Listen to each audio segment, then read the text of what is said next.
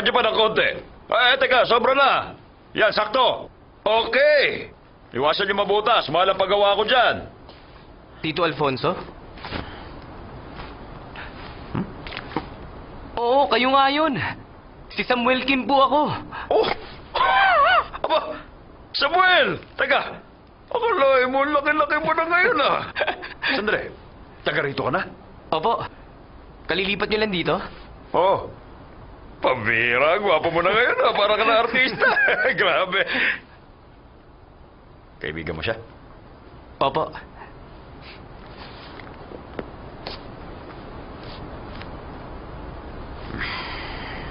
Parang meron yata hindi tama. Sigurado kang kaibigan mo? Iniinsulto niyo ba ako? Ano ba? Tumabingi na naman eh. Itaas nyo sa kaliwa.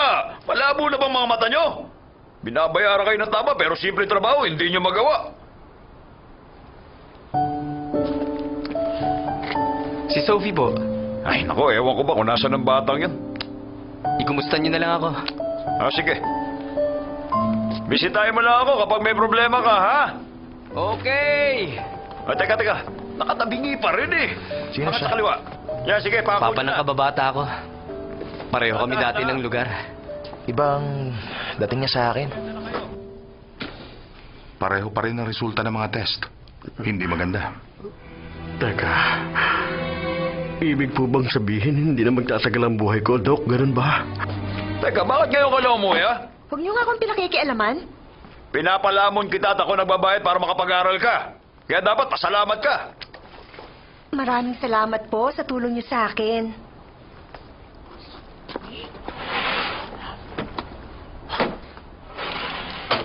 Ang bastos talaga ng babae ito. May araw ka rin.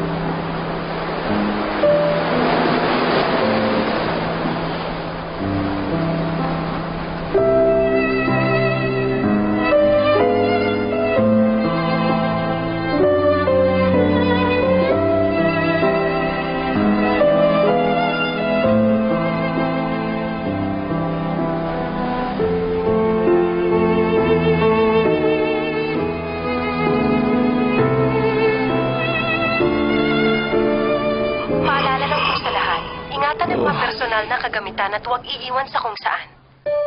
Labas muna ako, Jeric. Sophie! Grabe, ang tagal nating di nagkita. Kumusta ka na? Ang ganda-ganda mo na ngayon. Sumasali ka pa ba sa mga art contest? Oo naman. Nakita ko nga pala ang papa mo nung isang araw. Huwag ka na nga magpaka-formal para namang hindi mo ako kilala. Oo nga, mataray ka pa rin.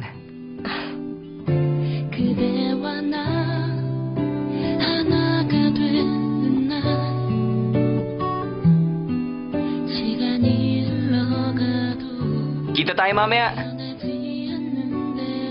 Kaibigan mo ba siya? Oh, Alam ba niyang faith healer si Papa? siguro. Sige na.